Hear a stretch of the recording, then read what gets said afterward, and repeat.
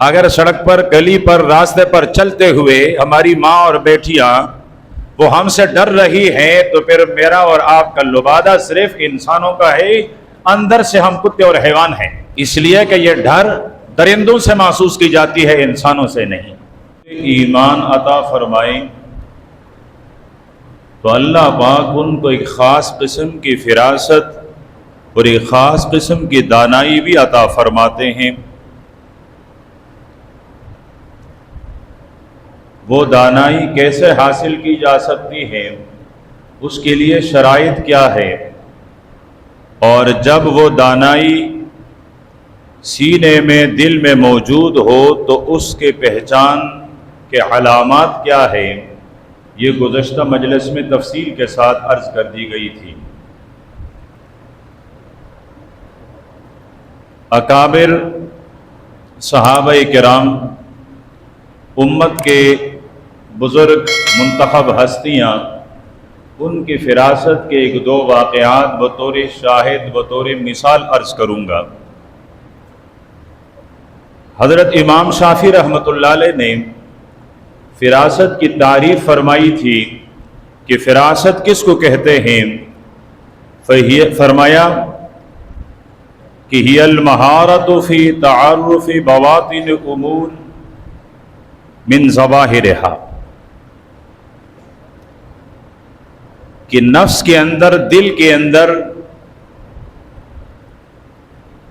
وہ مہارت حاصل ہونا کہ ظاہر کو دیکھ کر باطن کو پہچانا جا سکے۔ فرمائے اس مہارت کا نام، اس خو اور عادت کا نام وہ فراست ہے۔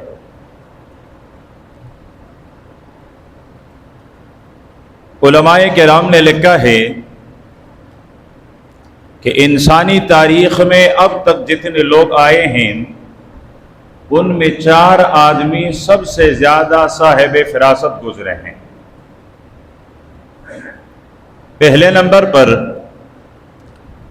جب بھائیوں نے حضرت یوسف علیہ السلام کے ساتھ دغابازی کی، گھر سے نکال کر کنویں میں ڈالا، کنویں سے نکل کر وہ آنے والے تجارتی قافلے کے ہاتھ بکھا، اور تجارتی قافلہ اس سے مصر میں فروخت کر رہا تھا، اور پورا مصر یوسف علیہ السلام کا خریدار بن کر امڑ آیا۔ پھر اللہ پاک نے عزیز مصر کی قسمت اور اس کا مقدر چمکایا، اور حضرت یوسف علیہ السلام اس کے گھر کے مکین بنے۔ تو جب عزیز مصر حضرت یوسف کو اپنے گھر لے کر آئے تو اپنے بیوی سے کہنے لگا کہ دیکھیں یہ محترمہ، یہ کوئی عام غلام نہیں ہے، یہ کوئی عام نوجوان نہیں ہے، اس کا چہرہ دیکھ کر، اس کا وقار دیکھ کر، اس کا سراپا دیکھ کر مجھے لگتا ہے کہ یہ زمانے کا مقتدا ہوگا۔ اس کی جبین کے لکیریں بتا رہی ہیں کہ یہ عام نہیں، ایک خاص قسم کی قسمت اور مقدر لے کر آیا ہے۔ اس کے چہرے کی وجاہت بتا رہی ہے کہ یہ کوئی عام بچہ اور کوئی عام نوجوان نہیں ہے۔ تو اپنی بیوی سے کہنے لگا اکرمی مثوا، کہ اس کے رہائش، اس کا ٹھکانہ یہ اچھا اور بہترین رکھے۔ تو فرمایا کہ سارے لوگوں میں سب سے صاحب فراست یہ عزیز مصر تھا، جس نے حضرت یوسف علیہ السلام کے ظاہر کو دیکھ کر اس کے باطن کو پہچان لیا۔ دوسرے نمبر پر حضرت موسیٰ علیہ السلام مصر میں ہیں، ایک قبطی ہے فرعون کے قوم کا، اور ایک نوجوان ہے بنی اسرائیل کے قوم میں سے حضرت موسیٰ علیہ السلام کے قوم کا، آپس میں لڑنے لگے۔ حضرت موسیٰ علیہ السلام نے ان کو چھڑانے کے لیے وہ جو قبطی کا تھا، فرعون کا قوم والا جو نوجوان تھا، اسے چھڑاتے ہوئے فوقذہ موسیٰ فقضا علیہ، بوس کا بنا ہوا تھا شاید، موسیٰ علیہ السلام نے جیسے ہی ایک مکہ لگایا ختم۔ اب مکہ کوئی عام مکہ نہیں تھا، پیغمبر کا مکہ، اور پیغمبر بھی اللہ کا کلیم پیغمبر، تو فقضا علیہ، اس کا وقت آ چکا تھا، وہ ختم ہو گیا، مر گیا۔ اگلے دن حضرت موسیٰ علیہ السلام پھر دیکھتے ہیں کہ وہی آدمی اب کسی اور کے ساتھ لڑ رہا ہے۔ اس نے پھر درخواست کی کہ موسیٰ مجھے آج بھی بچاؤ، تو موسیٰ علیہ السلام نے اسے ڈانٹتے ہوئے کہا کہ دیکھو ہمیشہ لڑتے ہو، تمہارا مزاج لڑائی کا ہے، شر پسند آدمی ہو تم۔ اب موسیٰ علیہ السلام چڑانے کے لیے آگے بڑھا، لیکن اس نے تو کل کا منظر دیکھا ہوا تھا، پہلے کا ڈرا ہوا تھا وہ۔ اس نے کہا اچھا اتقتلنی کما قتلت نفسا بالامس، جس طرح کل تو نے ایک بندے کو مارا تھا، آج تو مجھے مار رہا ہے۔ وہ جان چھڑا کر بھاگتا ہوا قبطی سیدھا گیا فرعونیوں کے پاس، کل جو ہمارا بندہ مرا تھا اس کو مارا تھا حضرت موسیٰ نے۔ اب مشورہ ہونے لگا کیا کریں؟ مشورہ یہ ہوا کہ موسیٰ علیہ السلام کو قتل کر دیا جائے۔ ایک دیہاتی کونے میں بیٹھا ہوا تھا، اس تک یہ بات پہنچی، وہ دوڑتا ہوا آیا۔ ایمان والوں کو شہر کے درمیان میں جگہ کہاں ملتی ہے، وہ تو دیہاتوں میں جا کر آباد ہوتے ہیں۔ دوڑتے ہوئے آیا اور آ کر حضرت موسیٰ علیہ السلام سے کہا یا موسیٰ ان الملأ یأتمرون بک، وہ جو مجلس والے ہیں، وہ جو درباری ہیں، وہ جو خاص لوگ ہیں، وہ آپ کے قتل کا منصوبہ بنا رہا ہے، فاخرج، میری رائے یہ ہے کہ تو یہاں مصر سے نکل جا، میں تیرا خیر خواہ ہوں۔ موسیٰ علیہ السلام مصر سے نکل پڑے۔ کتنے دن کا سفر کیا؟ حضرت شعیب علیہ السلام مدین میں تھے، قوم کے لوگ آ کر اپنے مویشی، اپنے جانوروں کو پانی پلا رہے تھے۔ دو لڑکیاں بالکل الگ تلگ دور کھڑی ہیں، ڈری ہوئی ہیں، سہمی ہوئی ہے۔ حضرت موسیٰ علیہ السلام وہاں بیٹھے، بھوکے ہیں، تھکے ہوئے ہیں۔ ان پر نظر پڑی تو حضرت موسیٰ علیہ السلام سوچنے لگے کہ ایک تو یہ قوم بڑی عجیب ہے، ان کے اندر خواتین کا احترام نہیں ہے، ہونا تو یہ چاہیے تو دو بچیاں ہیں، ان کے جانوروں کو پانی پلا کر ان کو رخصت کر لیتے۔ پھر وہ ڈری ہوئی ہیں، اس سے لگتا ہے کہ یہ لوگ اپنے باطن کے اعتبار سے کوئی اچھے لوگ نہیں ہیں، ورنہ اگر یہ اچھے لوگ ہوتے تو یہ لڑکیاں اس طرح سہمی ہوئی اور ایسے خوفزدہ نہیں ہوتی۔ اس لیے کہ راستے پر چلتے ہوئے اگر کوئی کتا نظر آئے تو مرد بھی ڈر جاتا ہے، لیکن عورتیں، لڑکیاں کچھ زیادہ ڈر جاتی ہیں۔ جملہ میں نے کہہ دیا، شاید آپ نے غور نہیں فرمایا۔ ہم سوچیں اگر سڑک پر، گلی پر، راستے پر چلتے ہوئے ہماری ماں اور بیٹیاں وہ ہم سے ڈر رہی ہیں، تو پھر میرا اور آپ کا لبادہ صرف انسانوں کا ہے، اندر سے ہم کتے اور حیوان ہیں۔ اس لیے کہ یہ ڈر درندوں سے محسوس کی جاتی ہے، انسانوں سے نہیں۔ اور جب معاشرے میں بگاڑ پیدا ہوتا ہے، پھر انسان، شکل تو انسانوں کی، لیکن اس کی خو اور اس کی عادتیں درندوں کی بن جاتی ہیں۔ تو حضرت موسیٰ علیہ السلام نے اندازہ لگایا کہ قوم اپنے باطن کے اعتبار سے کوئی اچھی قوم نہیں ہے۔ ان کے قریب جا کر کہا کہ تمہیں کیا ہے، تم بھی اپنی جانوروں کو پانی پلاؤ۔ وہ کہنے لگی ہمارے ہاں کوئی مرد نہیں ہے، جو ہمارا باپ ہے بوڑھا ہے، بہت زیادہ بوڑھا ہے، اب یہ سارے فارغ ہو کر چلے جائیں گے، اس کے بعد ہم نے پانی پلانا۔ حضرت موسیٰ علیہ السلام آگے بڑھے. وہ جو ڈول، وہ جو برتن تھا کنویں پر، پہلے 8 اور 10 آدمی مل کر کینچا کرتے تھے، نکالا کرتے تھے. حضرت موسیٰ 8 دن کا تکا ہوا بھوکا اکیلے نکالا، اور ان کے جانوروں کو پانی پلا کر ان کو رخصت کیا. وہ گھر گئی تو بوڑھا والد اپنے بچیوں کا رکھوالا تھا، رکھوالا.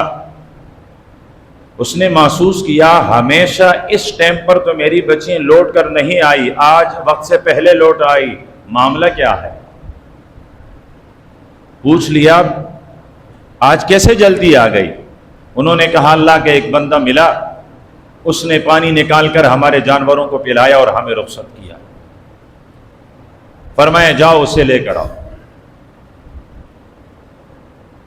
وہ آئی، حضرت موسیٰ علیہ السلام کو لے کر اس کے گھر، حضرت شعیب علیہ السلام کے گھر پہنچے. سلام کیا. اس نے پوچھا کون ہے؟ اس نے کہا موسیٰ. فرمایا کون سا موسیٰ؟ بنی اسرائیل کا؟ اس نے کہا جی. فرمایا چلو اس ظالم قوم سے تو جان چھوٹ گئی ہے، یہ مصر نہیں ہے، تم مدین پہنچ چکے ہو. پھر فرمایا کہ اگر آپ میرے ساتھ رہنا چاہتے ہیں، میرے گھر کی خدمت کریں اور میرے ساتھ 8 سال یا 10 سال تک رہیں. ایک بچی کہنے لگی بابا اگر آپ نے اس کو معاوضہ دینا ہے، اس کو نوکری پر رکھنا ہے تو رکھ لیں. اس نوجوان کے اندر 2 صفتیں ہیں، 2 خاصیتیں ہیں اس کی. پہلی خاصیت یہ ہے کہ قوی ہیں.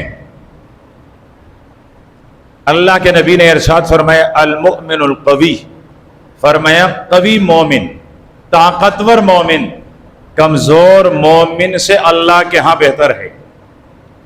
اب قوی ایمان کے اعتبار سے بھی قوی ہو، ظاہری جسم کے اعتبار سے بھی قوی ہو. تو فرمایا کہ پہلی صفت یہ کہ قوی ہیں. باپ نے پوچھا آپ کو کیسے پتہ چلا؟ فرمایا وہ جو برتن 8-10 آدمی نکالا کرتے تھے بھرا ہوا پانی کا، اس نے اکیلے نکالا. فرمایا اچھا دوسری خاصیت؟ فرمایا امین ہے، امانت دار ہے، خیانت والا نہیں ہے، خائن نہیں ہے. باپ نے پوچھا بیٹی آپ کو کیسے اندازہ؟ فرمایا راستے پر آ رہے تھے، میں آگے آگے تھی تو ہوا میرے چادر کو اٹھا رہی تھی جس سے میرے پاؤں ظاہر ہو رہے تھے. تو اس نے کہا کہ بہن آپ پیچھے ہو کر مجھے راستہ دکھائیں، میں آگے آگے جا رہا ہوں تاکہ تیرے قدموں پر میری نگاہ نہ پڑے. اس سے مجھے اندازہ ہوا کہ بڑا امانت دار ہے. فرمایا اچھا. رکھ لیا اس کو نوکر، خادم رکھ لیا. تو تاریخ نے لکھا ہے کہ دوسری صاحب فراست وہ عورت ہیں، خاتون ہیں، اور حضرت شعیب علیہ السلام کی بچی اور بیٹی ہے. یہ بڑی صاحب فراست نکلی. پھر حضرت موسیٰ علیہ السلام کو ان کے ساتھ نکاح ہوا. تاریخ نے لکھا ہے کہ تیسرا سب سے بڑا صاحب فراست آدمی وہ افضل البشر بعد الانبیاء، بڑی کائنات میں انبیاء کے بعد سب سے افضل ترین انسان حضرت ابو بکر رضی اللہ تعالی عنہ. کیا فراست تھی؟ آخری وقت تھا زندگی کا. فرمایا عمر کو بلاؤ. بلایا گیا. صحابہ کرام، بڑے بڑے کبار صحابہ کرام موجود ہیں.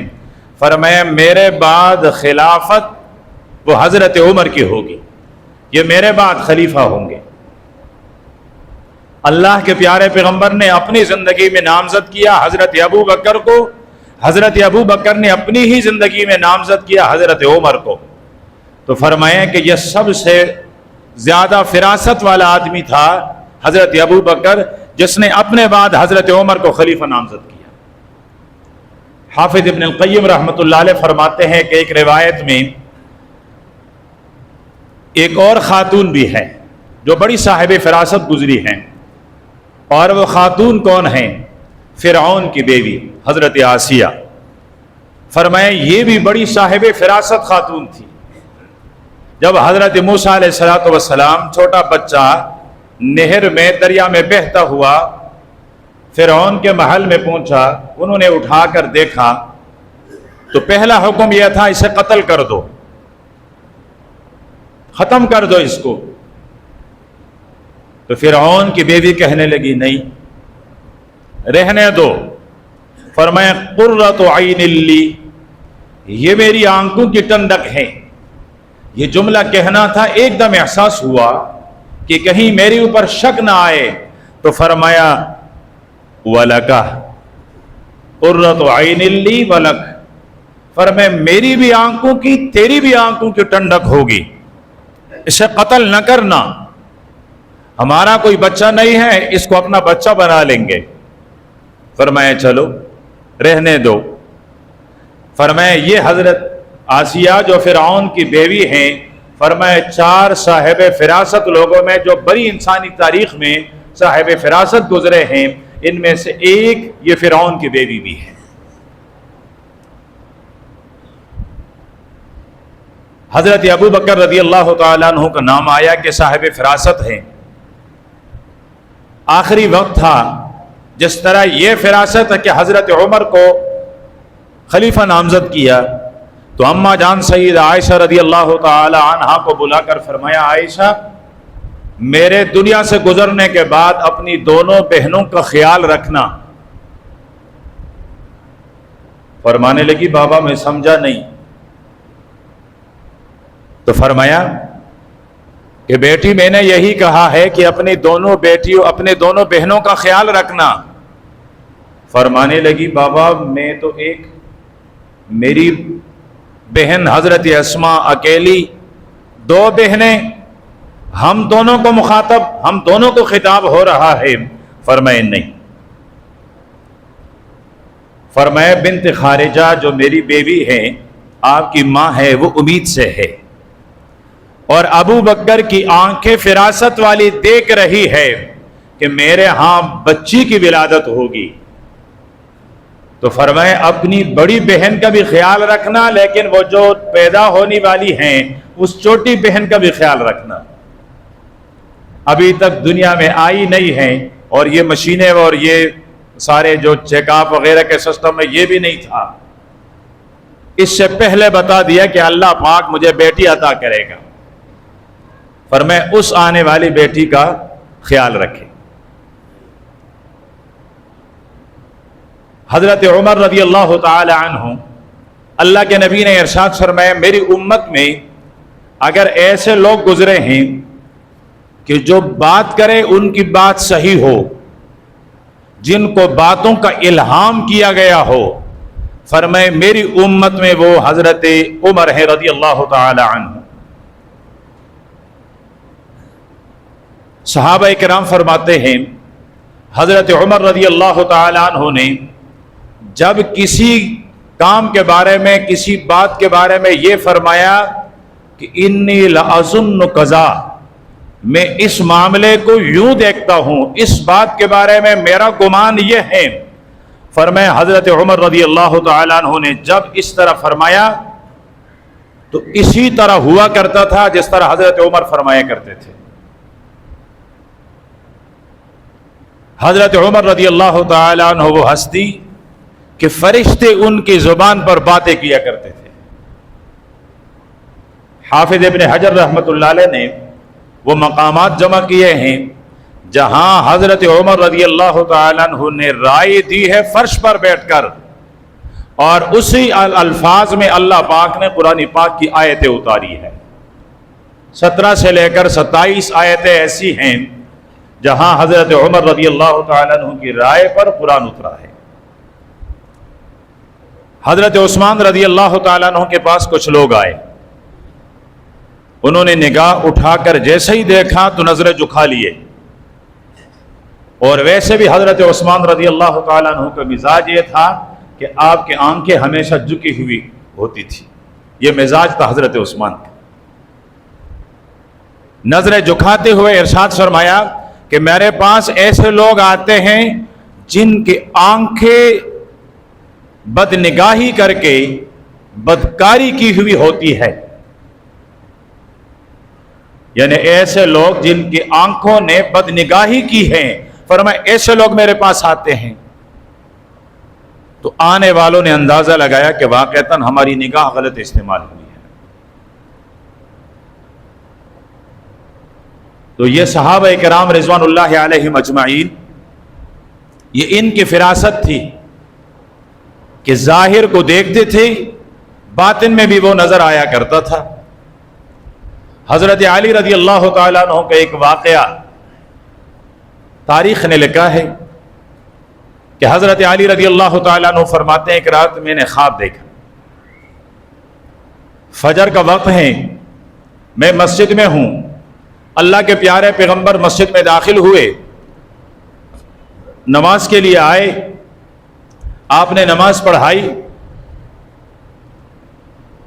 اور آپ نے فجر کی 2 رکعتوں میں 2 سورتیں پڑھی، لیکن آج پڑھنے کا انداز بڑا عجیب تھا، مجھے بڑا لطف آیا۔ سلام پھیرنے کے بعد اللہ کے پیارے پیغمبر کے پاس کھجوریں آئی، تو اللہ کے پیارے پیغمبر نے کھجوریں اٹھا کر سب کو دینے شروع کی، تو سب سے پہلے مجھے ایک کھجور دے دی، وہ میں نے کھائی۔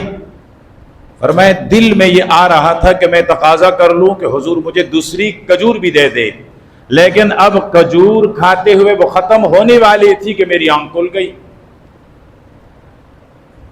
میں نے دل میں کہا ہے تو خواب، لیکن تھوڑا سا لمبا ہو جاتا۔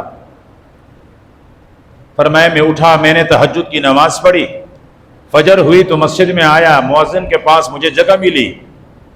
فرمایا تھوڑی دیر بعد میں نے دیکھا آج حضرت عمر آئے مسجد میں، لیکن الگ شان سے آئے۔ پھر مصلی پر آئے نماز پڑھانے کے لیے، صفیں سیدھی فرمائی، تکبیر تحریمہ کہی، سورہ فاتحہ پڑھنے کے بعد اللہ کے پیارے پیغمبر نے جو میں نے خواب میں دیکھا ہے، پہلی رکعت میں جو سورت پڑھی حضرت عمر نے بھی وہی پڑھی، دوسری رکعت میں بھی اللہ کے پیارے پیغمبر نے وہی سورت پڑھی جو میں نے خواب میں پیارے پیغمبر کو پڑھتے ہوئے سنا، وہ حضرت عمر نے بھی پڑھی۔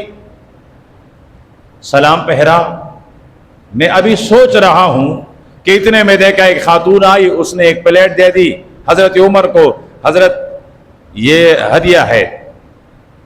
حضرت عمر نے سب سے پہلے مجھے ایک کھجور اٹھا کر دی، پھر باقی کھجوریں تقسیم ہونے لگی۔ فرمایا میں نے کھجور منہ میں ڈالی، کھانا شروع کیا تو وہی لذت وہی مزہ جو میں نے خواب میں کھجور کھائی تھی۔ فرمایا میں نے دل میں کہا کہ پیارے پیغمبر کے دربار میں تو ادب اور احترام کی وجہ سے نہ کہہ سکا، لیکن عمر تو اپنا ہے نا، اس سے تو عرض کر سکتا ہوں۔ تو میں نے عرض کی عمر مجھے ایک کھجور اور دے دے۔ حضرت عمر نے یوں دیکھا، پلیٹ قریب کی، کھجور اٹھانے والے تھے، پھر کچھ دیکھ کر مسکرائے۔ فرمایا علی، رات کو اگر میرے پیغمبر نے بھی تجھے دوسری کھجور کھلائی ہوئی ہوتی، آج خطاب کا بیٹا عمر بھی کھلا دیتا۔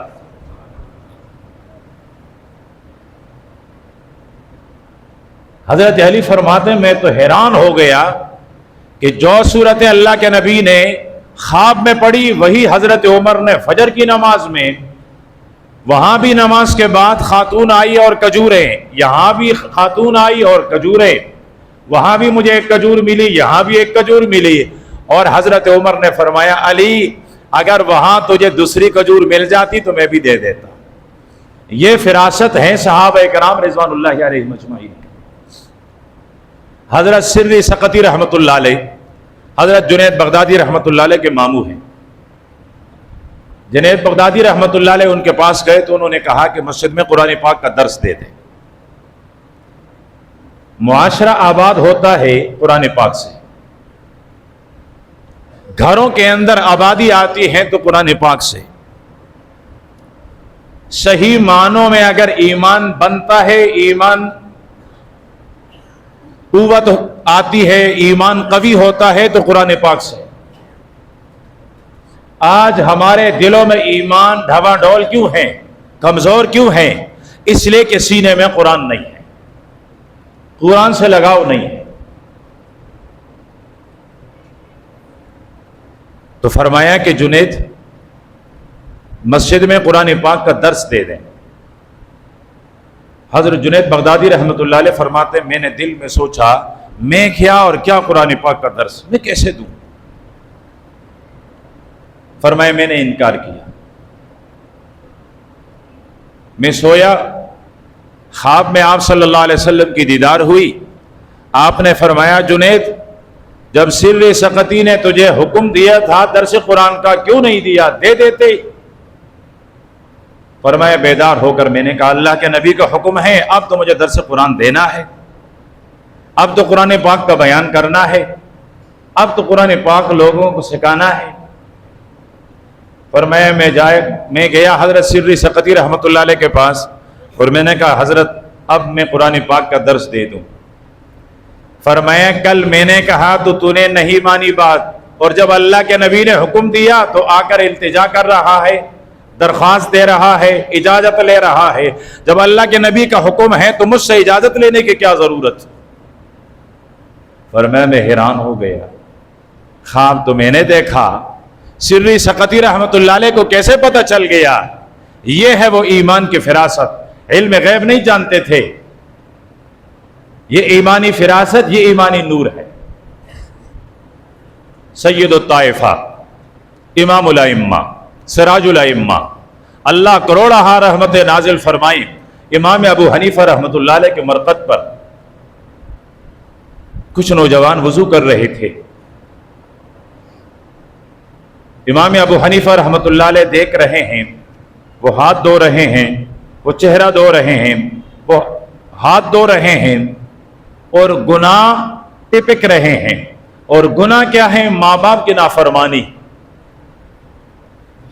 تو امام ابو حنیفہ رحمۃ اللہ علیہ نے ان جوانوں سے فرمایا جوانوں اپنے اوپر رحم کرو، اپنی والدین کی ناقدری اور نافرمانی نہ کریں. انہوں نے کہا آپ کون؟